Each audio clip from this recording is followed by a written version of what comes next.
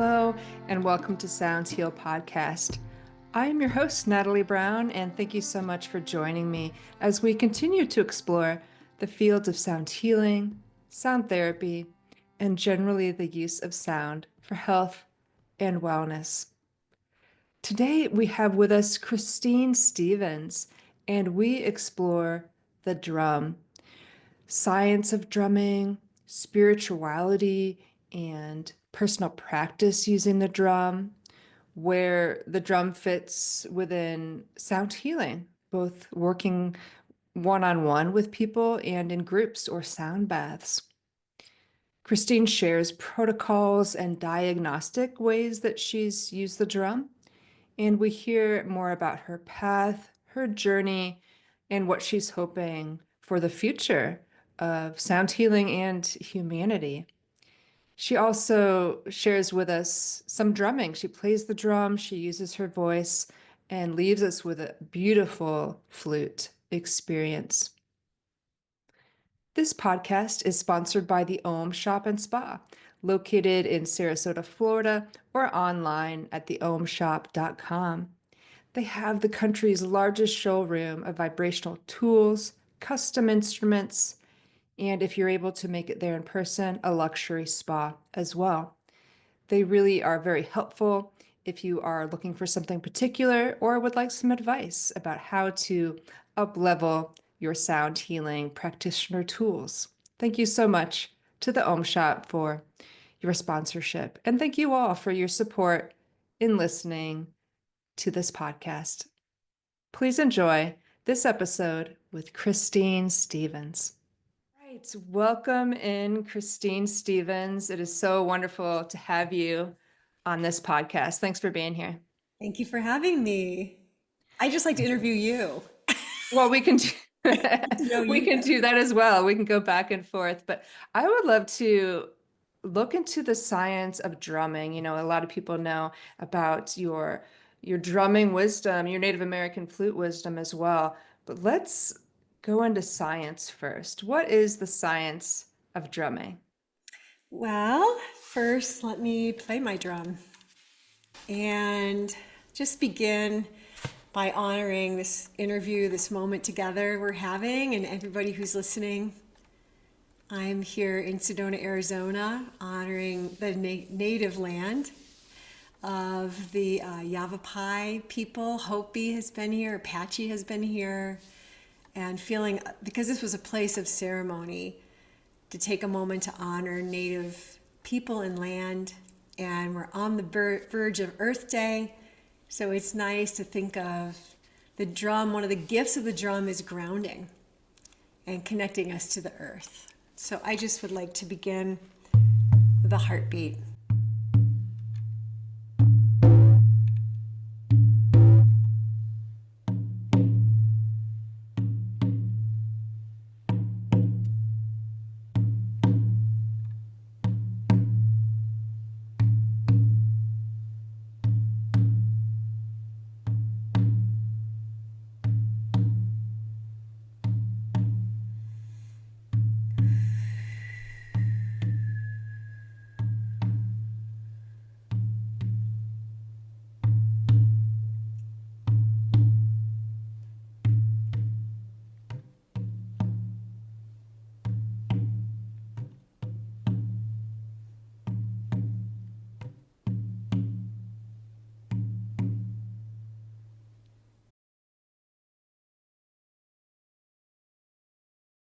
The science of the rhythm and the drum really begins with that heartbeat. And the great chance I had to work doing scientific studies, which was amazing, with Dr. Barry Bittman, who's a psychoneuroimmunologist, and Remo Drum Company supported the very high cost of the research. You know, we're not a pharmaceutical company, so we had to be funded by a drum manufacturer. And that groundbreaking study was published in the year 2000. And it was discovering that non-drummers and people were eliminated if they drummed or played an instrument. So we had total non-musicians.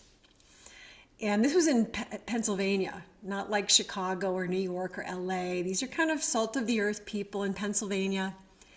And Dr. Bittman took blood samples before and after 1 hour of group drumming, which was 12 people, 10 people. He didn't really know what he was doing, so he asked a shaman to come, he asked a drum facilitator to come, and then he would watch people, and he had a control group, matched controls, who didn't drum and rested or listened to drum music. And the first rounds of this very expensive study, processing blood samples before and after, we had to pay the participants. The first few rounds, people got worse. And that was pretty disappointing because we knew drumming was helpful and healing, but we were having these negative results. Well, these were non-drummers and they were having performance anxiety right away. And the more they drummed, the more they exceeded their exercise potential, causing stress to their physiology and their cellular biology. So that all led to me being involved, a couple other music therapists consulting with Dr. Bittman and creating a protocol. So protocol is just a series of repeated steps. We all understand that. It's a lesson plan, it's a liturgy, it's what am I doing to achieve these goals, this result. So once we changed from just a drumming or a shamanic drumming to actually a wellness-informed, evidence-based 1 hour protocol of 8 steps, boom. That was the great result. And the cellular biology was boosted, the markers of the immune system's cytokine activity, also, of course, the cortisol levels and things that we usually look at. But Dr. Bittman was involved with the Patch Adams studies, looking at humor in the immune system. So he knew the gold standard markers of the blood samples. So this is not just people saying, I feel good. This is actually cellular biology. So once we had that, we ran that same design through many more subjects, that we ended up with a subject size of 112 people. And Dr. Bittman published this study in 2000, I think, and we were able to then just lift off from there. So drumming was popular, music therapists were using drumming. I'm a board certified music therapist, and I do sound healing work as well. And a lot of us, drum circles were the popular thing, right? And a lot of people have drums. People are connected to the drum because it's so accessible. You don't have to know how to read music. It's so intuitive. And people that have had that musical wound, like you're not musical, you can't sing on key, the drum is much more forgiving. So we knew it was powerful, but we wanted to see what is really happening when people drum together. And I'll tell you what is happening, because it doesn't have to do with the brain waves. We didn't look at that. It doesn't have to do with some kind of magical water in your body responding, these kind of answers. It's really coming down to evidence-based tools that we included in that protocol. So we had people drum the rhythm of their name, Christine Stevens. Everybody can do that. And that is self-expression, and we know that's healing. We had people do visualization while they drummed. We know that that is healing. We had spirituality, we had group support and camaraderie. And we had music making, which we know is a very powerful tool, but not a lot of people make music in our culture. It's very sad. When you look at other world cultures and the places I've traveled, it's unthought. Everybody's playing music. But here in the West, there's a lot of restriction and high standards.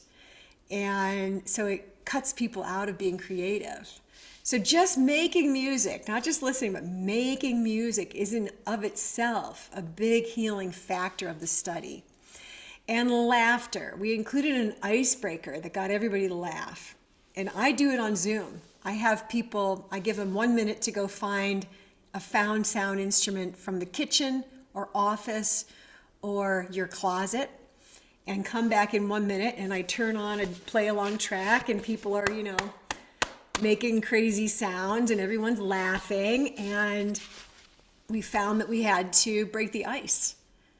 So that study was published, and then since then I've been part of replicating that protocol with adolescents in psychiatric facilities, with nurses that are burned out, with a huge result, reversing burnout by 64% on the Maslach burnout scale, and just being part of an interdisciplinary research team. Then the last thing I'll say about the science that happened a few years ago during the COVID pandemic is that myself and two volunteers, Erin and Gloria, helped me create a free online Zoom sound healing clinic. And we did 30-minute Zoom sessions for people with 4 conditions. Either they actively had COVID, they had long haul, they had a loss, or they had burnout. And so we added a 5th one, which was anxiety about the vaccine. So then we had these people for 30 minutes and we created a protocol. I love protocols. They standardize your services across different providers. And then we were able to crunch the data on 170 people from 12 countries that we saw during that year. And we published that study together in this beautiful journal, the International Journal of Music and Medicine, that Dr. Joanne Lowy is the editor of. And Dr. Shannon Fowle was my co-author. So it was great to discover that the big news is that just in 30 minutes with just sound, using the drum, the Native American flute, the bowl, Gloria used her guitar and her voice, we were able to reverse stress, anxiety, and pain, significant levels, with lasting effects up to 7 days. And many people told us they had imagery come in. We never said, now close your eyes and imagine an eagle while I play the flute. But people had self-generated healing imagery. And I will close my long-winded answer, Natalie, by just saying, one of the highlights for me was a woman who, when I was playing the buffalo drum, and I had a Zoom microphone with reverb and everything, and I could speak and sing quietly. And as I sang, hey, hey, hey, hey, hey, pentatonic scales, very healing way to improvise. So at the end of that experience, she said, a buffalo came up and put its head, on my forehead. And we looked up buffalo and the meaning of the healing of the bison, the buffalo. And it's a very sacred animal to the Lakota people and native tribes. And in her healing experience, the bison came up, put its head on her head. I mean, that's amazing. Like a power animal appeared for her. And then walked away, and she instantly felt a relief. And what it was she hadn't forgiven the person who gave her COVID. And she realized she was hanging on to this anger. She knew exactly where she got it, who she was with, and she forgave that person in the session. So we limited people to 2 sessions since it was a free clinic, but most people did 1 session with us. And I feel like it recalibrated people back to health, And I'm happy to say more about what that protocol was or whatever you want to talk about today. But the reason I bring that up under the science of drumming is that Gloria and myself and Erin Gannon, Gloria Taylor, we all included singing across the frame drum. So we all included this very healing sound.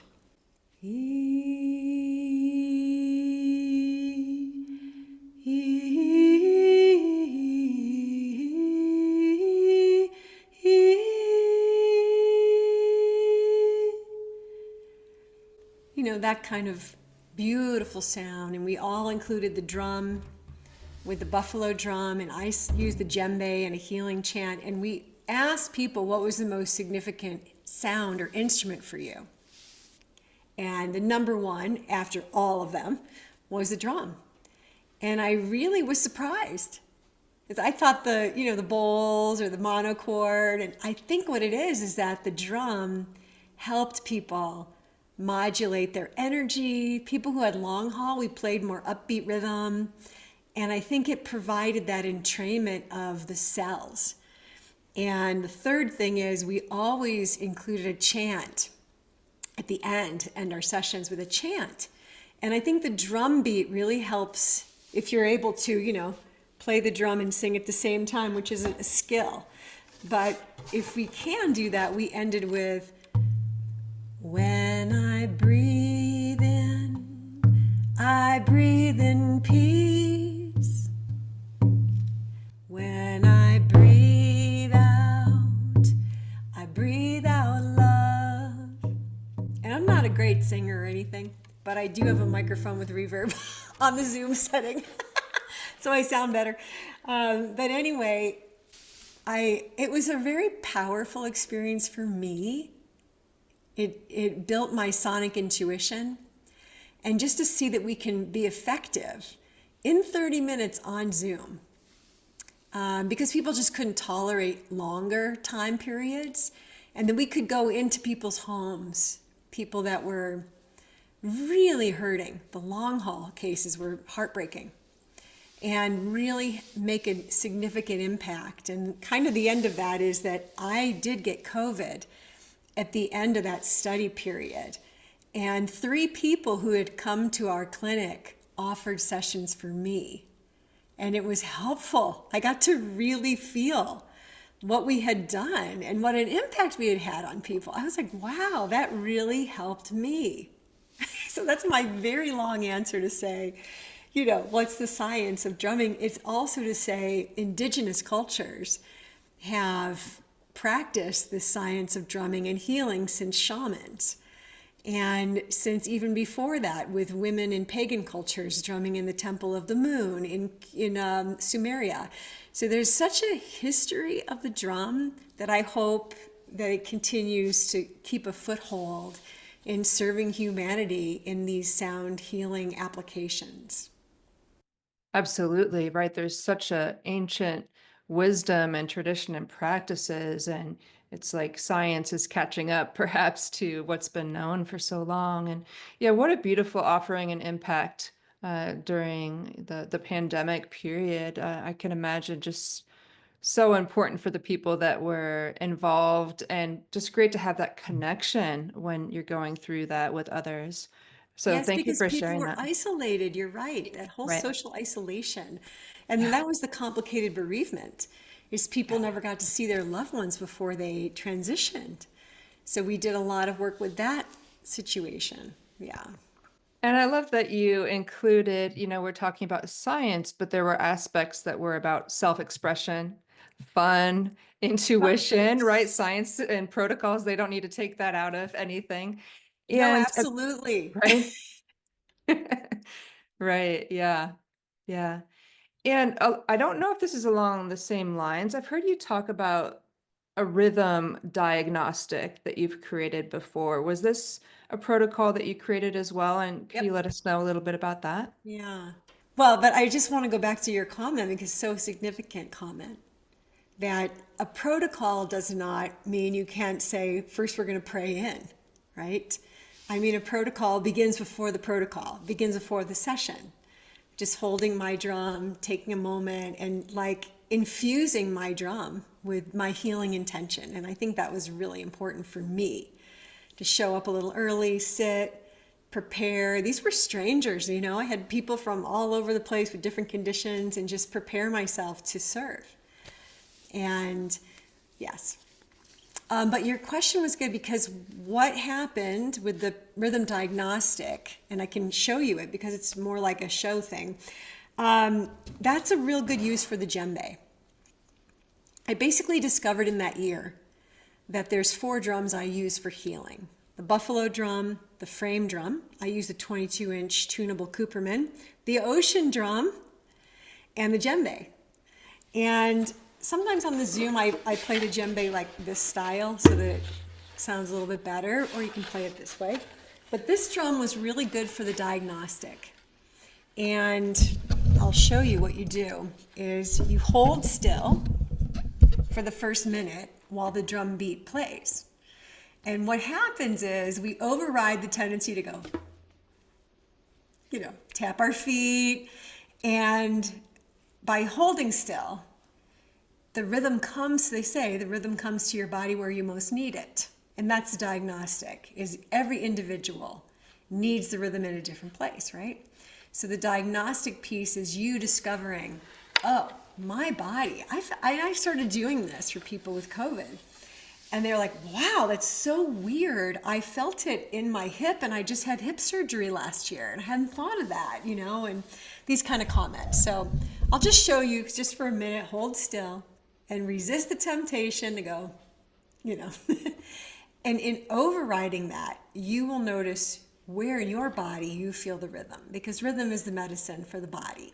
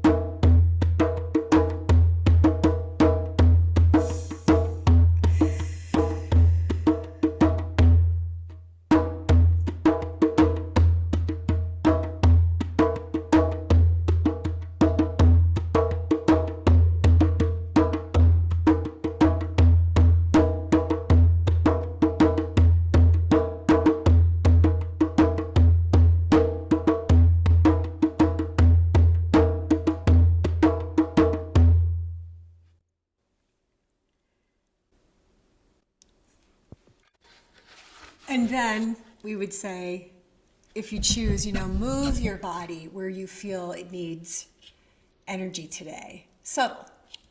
Might just be this. I was watching people on screen. Sometimes they were laying flat in a bed. And so they're just like moving their fingers. But just that entrainment of, I don't know if you got a read on yourself in that practice. Well, I definitely wanted to move and bop around, so I can tell how you start to hold your body and you notice. So for me, it was kind of upper back, neck. As I, was getting a little stiff, the energy was going there. Yeah. Tech neck. Yep, that's right. I have that Zoom condition. calls. Yeah, tech neck. But it's interesting, right? By overriding that, you can notice where your individualized healing can take place from the drum, which is so many things. The rhythm, the vibration when you're live together, and also that space I made at the end of the phrase. I really found that entrainment happens in that space where the drum breathes, where everybody goes, because the drum is not a breath instrument. So it's good to make a breath in your rhythm. That makes sense. Yeah, it's important to note how there's the sound, there's the space between the sound and, where you feel you need to take that breath. Yeah. So let's get into sound healing a little bit. You've kind of mentioned it a couple times. What role do you think the drum plays in sound healing? Well, definitely the grounding, and as a shamanic history to it, the drum was used to journey and to call you back. So I really like to use it in that beginning way to get people there and then to bring people back. Ground people. The drum can be very powerful for vibration with a drum massage, where you turn the drum this way. Oh, it feels good. And play over the body. And a practitioner will notice. I don't know why, I just felt like I wanted to stay here at your heart or your stomach, and people will cry. Or, I've had people just have really strong experiences because you're vibrating that area, much like a tuning fork almost, but with a low frequency. I think it has a very good role.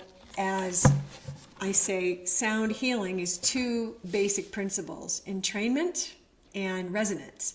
So that entrainment component of getting a group to feel a calm impulse and how much that affects our bodies. And we can also modulate with the drum. So if people had long haul, we sped up a little bit in the diagnostic. If people needed centering and quieting, we would slow down and soften the beat. So it has this great ability to entrain, and from an entrainment point, you can modulate in different directions. And even just that going back and forth really helps people find where they are on that continuum. And one of the other great things about it for sound healing is just that it's something everybody can learn to do, is to play a drum beat for a group. And I really love using the drum and the voice, because you're a melody instrument player as well, and it's like having the melody and the rhythm together. It's so universal, and it's also like our human body. We have a voice and a heartbeat. So I think it's a good instrument for the beginning and ending of things. In the sound healings that we did, I found an interesting fact, which was at 4 minutes, people entrained to the beat. So I started putting up a timer, and I would use the same drum for 8 minutes. It's easy to sort of get tired of something you're playing for 4 minutes, but I would just, embellish it a little bit differently, change it a little bit. And that 8 minutes, so I used the frame drum with the toning, I used the buffalo drum with imagery, and I used the djembe with the movement and inviting people to move a little bit where they needed it. So I found that each drum, and the ocean drum really was great for breathing and for imagery, because COVID is a respiratory condition. So we wanted to really deal with the pulmonary aspect, that kind of how do we help people breathe. And the ocean drum is great for imagery. So even within the word drum, there's this huge family of world percussion, but these are the main 4 drums I use in sound healing, is the frame drum, the buffalo drum, the ocean drum, and the djembe. Beautiful. And, sound healing really can be focused on the individual. You could be watching how they're shifting and reacting, or rapid eye movement. But what do you think? How can the drum be used? Maybe it's the same ways in a sound bath when you have a group of people. And the drum doesn't have to be alone. I love combining. My friend Michelle McNiff and she does the bowl and I play the heartbeat on the buffalo drum, or I sing in the frame drum while she plays the bowls. And I love that entrainment resonance combination. Yeah. It is different when you have one person, even online as I did. The first thing you notice when entrainment happens is their shoulders go back and they take a deeper breath. And that's what I look for in a group. Is a group is interesting because you can't be as specific and focused, right? So you have to be a little more general in a group setting. The big contraindication is with anybody goes like this. That's really something to be aware of. I was just teaching a sound healing class this morning, and the woman was saying, when people do the drum massage, it hurts my ears when they put the drum near my head. And I'm like, exactly, you should tell them that. And it's not just the sound, you're vibrating the bones of your ears. The vibrotactile aspect of the drum is a strong vibration. It's the way that sometimes bowls can be overplayed and then they go, So I think that it's knowing when you're doing something that's not healing is the most important part of that aspect. And, you move away from that person, or bring the volume down, or simplify your rhythm, or it could be that one specific drum frequency is irritating for someone. So it's kind of the challenge of group work. But generally, the thing that's great about the drum, combining even with singing or toning, is that it does bring the group together. I mean, I just love starting a sound bath with an invocation with the voice and the drum. I just feel like it opens the heart. It brings the group into a common groove. It bonds people in that way. And people find their place in the rhythm. You know, they find where they belong. That's beautifully said. Yeah. I love the common groove aspect of it. No matter where people are coming from, you're able to entrain as a group and have that coherence. Yeah. Yeah, coherence is a good word for it. Yeah. Exactly. Well, what about personal practice? What's the spiritual connection of drumming for personal practice? Well, for many years, I started my day with this drum, my first drum, facing east, and having spent a lot of years with Lakota elders and my adopted uncle Manny, Eagle Elk Council Pipe Sandoval, and I would face east and do a morning song, and usually Wendeya, Cherokee morning song. Wendeya, whoa ho, hey ho, ya.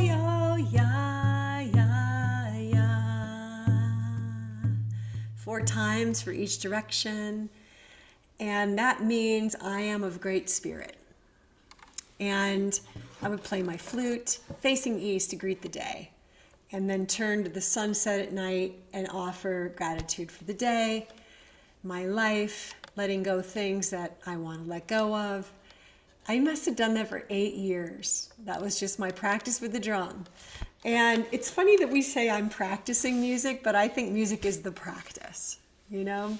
So now I play a lot for myself for meditation. I play the singing the drum.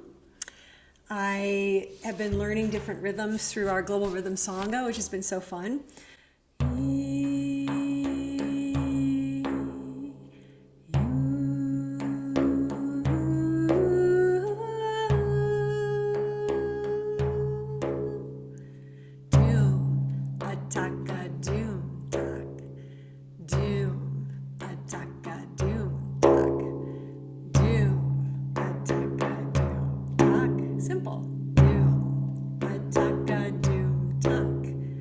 Been working on that rhythm, Miriam's rhythm from Eliana Gilad.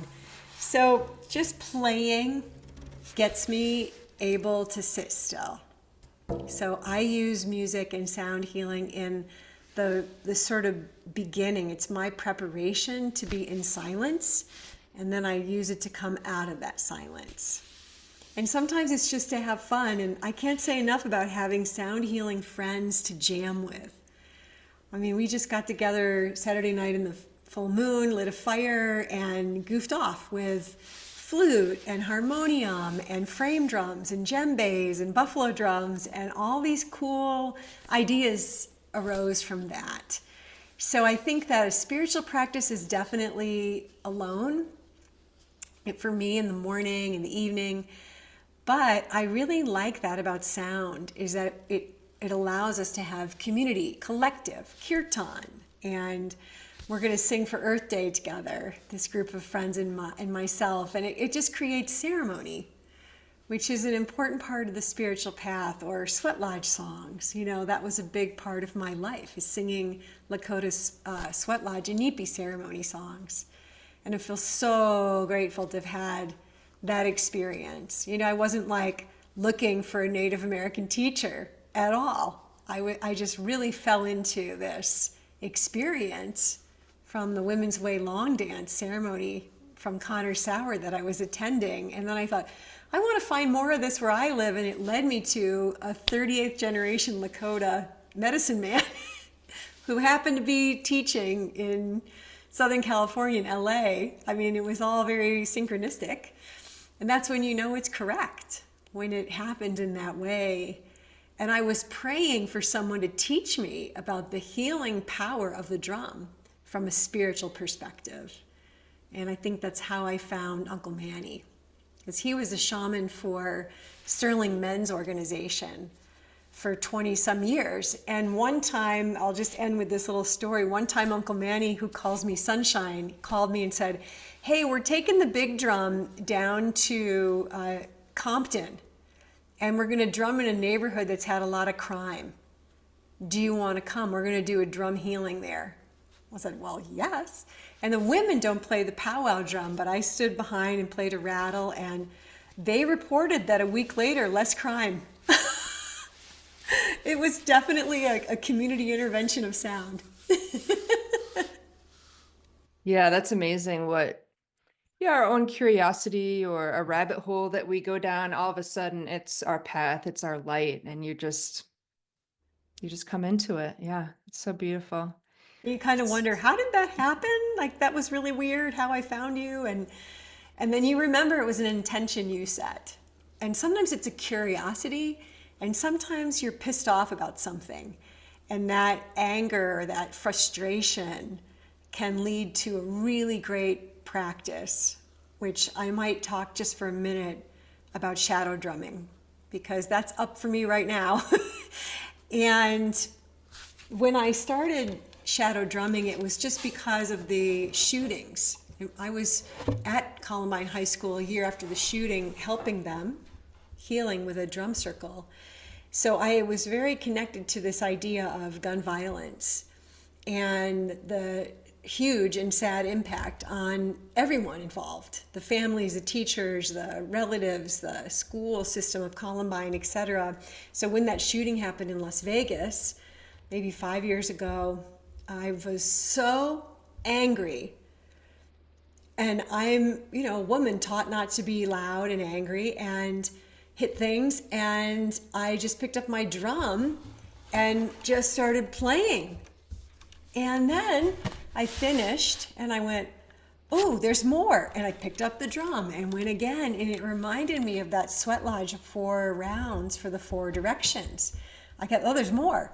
In doing it, more became present, more layers of sadness and anger and just furious. I was just furious beyond words. And I was so happy to find this tool. Because I'm a pretty happy person. I don't get that upset often. So when I do, I'm kind of like, wow, oh, this is anger. This is rage. Oh, this is rage. And in doing this, which is just defined as keeping a steady pulse, because you want the steadiness of presence, and adding, we would call them honor beats in the Lakota tradition, but it's just adding those accent beats for an emotion. Just suddenly something rises and you give it an accent. And then I started using my voice, and these crazy sounds are coming out of me, like, yeah, like, I felt like my whole body was just sounding. And when I finished, I felt like the cathartic aspect of healing, not the pretty sound, just the guttural, and now with all that's happening politically in our world, I have been really struggling, having been a person who worked with refugees, and I felt this, thank God for shadow drumming.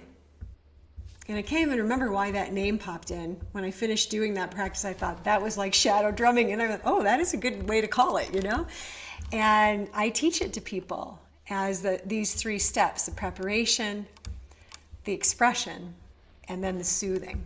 And that's where the bowls, the softer sounds come in at the end of that, is to do something that feels soothing.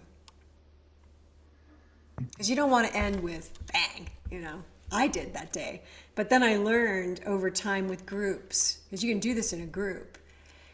And you don't have to know what it is. You don't have to be like, okay, this is my mother yelling at me for being out of tune when I didn't practice piano. No, it's not cognitive at all. It's like we all have that rage that we don't give voice to. And, when we suppress it, suppression creates depression, as they say, So it's just that I think that's one of the main gifts of this kind of drum is you cannot break this.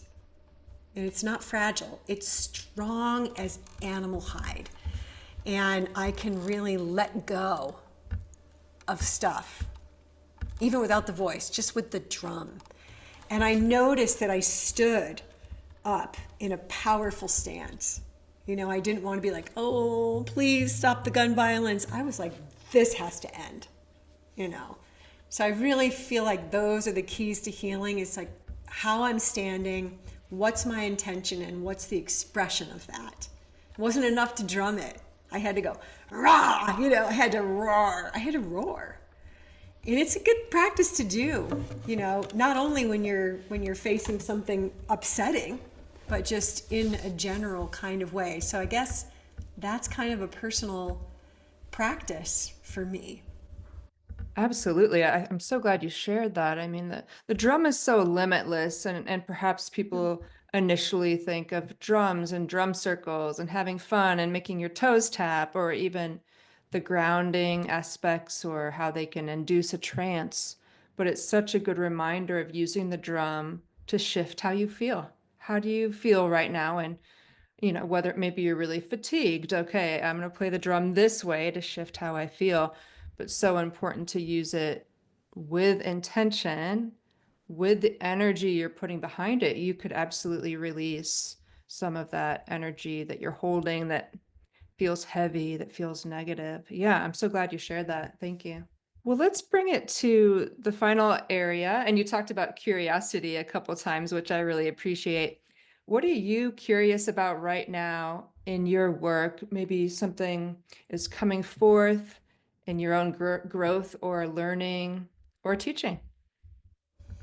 Well, I'm really interested in the prediction from the gene keys that next year, or is in 2 years, 2027, is the third evolution of humanity's awakening, which Richard Rudd, who channeled the gene keys and the human designs, calls the rhythmic symphony. I feel like now I'm in a very curious place of the macro level. Like I think you and I have talked about, we're training all these people in sound healing. It's really popular. Why is that? I think it's because most healers get to the end of their technique and sound is the next evolution. And there's really I know this, I worked in Iraq in a war zone, there's no enemy space in sound. I mean, when you are playing drums together, these enemies were hugging each other at the end. They didn't even speak the same languages. And when you see that happen, you just go like, okay, so what is the next side of the global crisis we're in? Economic, climate change, all these crises we're facing. And I think that's why I came here in this time and why I came in with this musical talent. I was playing the piano right away. I was picking up rhythms right away. And a shaman told me that's because I've been in those cultures before. And that's a cool thought. I don't know. Of course, we never know. But I think I'm most curious about that place where sound healing bleeds into actual cultural change on a very high scale, on a global scale. A great example is the people that became free through singing songs together. And there's a lot of those, I'm not thinking of Lithuania, I think it was, and they just gathered in stadiums and sang their song of their nation despite Russian occupation, and they got their freedom back. And so, I just think I'm seeing the potential of humanity returning to the roots of our sound. And I'm curious how I'll be part of that, or how Zoom is part of that, and other people that we've trained can be part of that. But that has to change. The way, the unhealthiness, the lifestyles, the consumerism. I always liked, Reverend Michael used to say, the opposite of cadence, which is a rhythmical term, is decadence.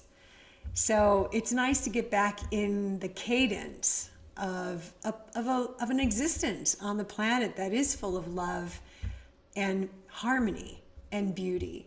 And I feel very curious how sound will play a role in that. I mean, we're certainly seeing a huge boom of bowls and instruments and tuning forks and these non-invasive health-promoting tools. And I'm curious, where is that taking humanity?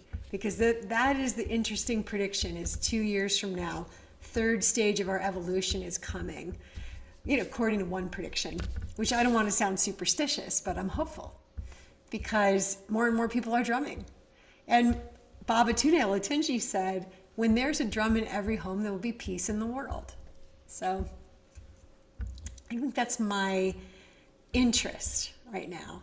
I don't feel any sort of grab my sign and flag and march. I just feel like I'm observing, even in myself, that my practice has had to change right now because of all the stress on our planet. And I've been in other countries that are full of stress, in war zones, and I've worked in disaster areas and ground zero after 911, and I've been in those places, and I can tell you, you see the best of humanity.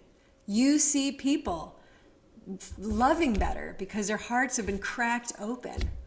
So maybe that's our global benefit of all of this stress, is to come into a more loving sonic existence.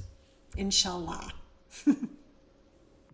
Absolutely. When there is chaos or a tipping point, the system wants to go towards balance, towards harmony. And we're just in such a time of sound in every way. I'm sure of it, that it has a huge part in bringing things more into balance. And so I think it's everyone listening, it's our role to find out how we can bring greater good through our sound, our communities, through collectives that we can be a part of. And I think this could really help in a big way. Yeah.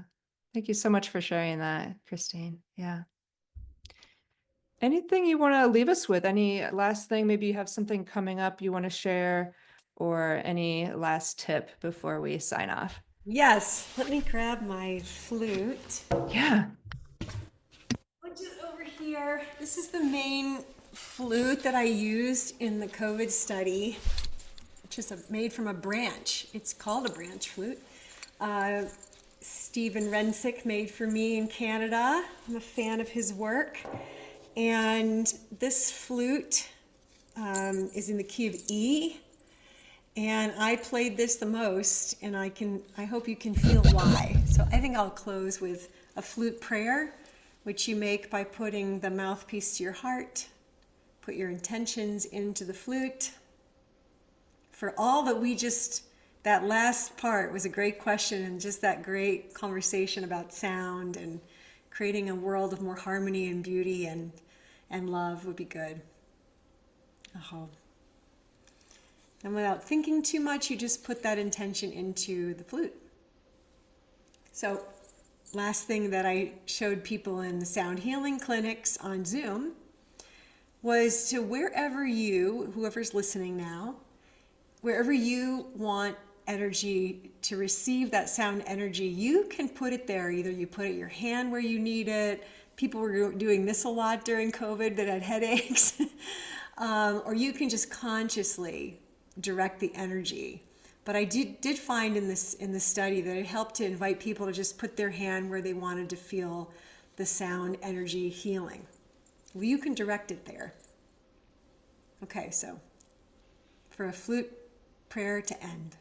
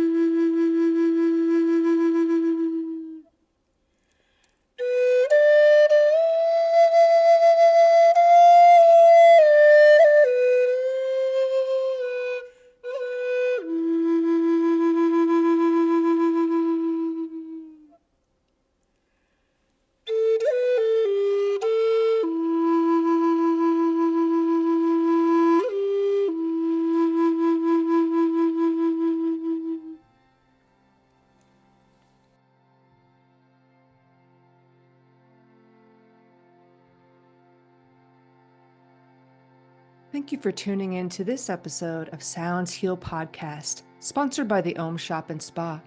You can keep up to date with what's coming up next at soundshealstudio.com, on Instagram, Natalie Brown Sounds Heal, on Facebook, Sounds Heal Studio, and listen to meditations, music, and podcasts on the YouTube channel, Sounds Heal Studio. Thanks again for listening and for your support. Be well and stay tuned.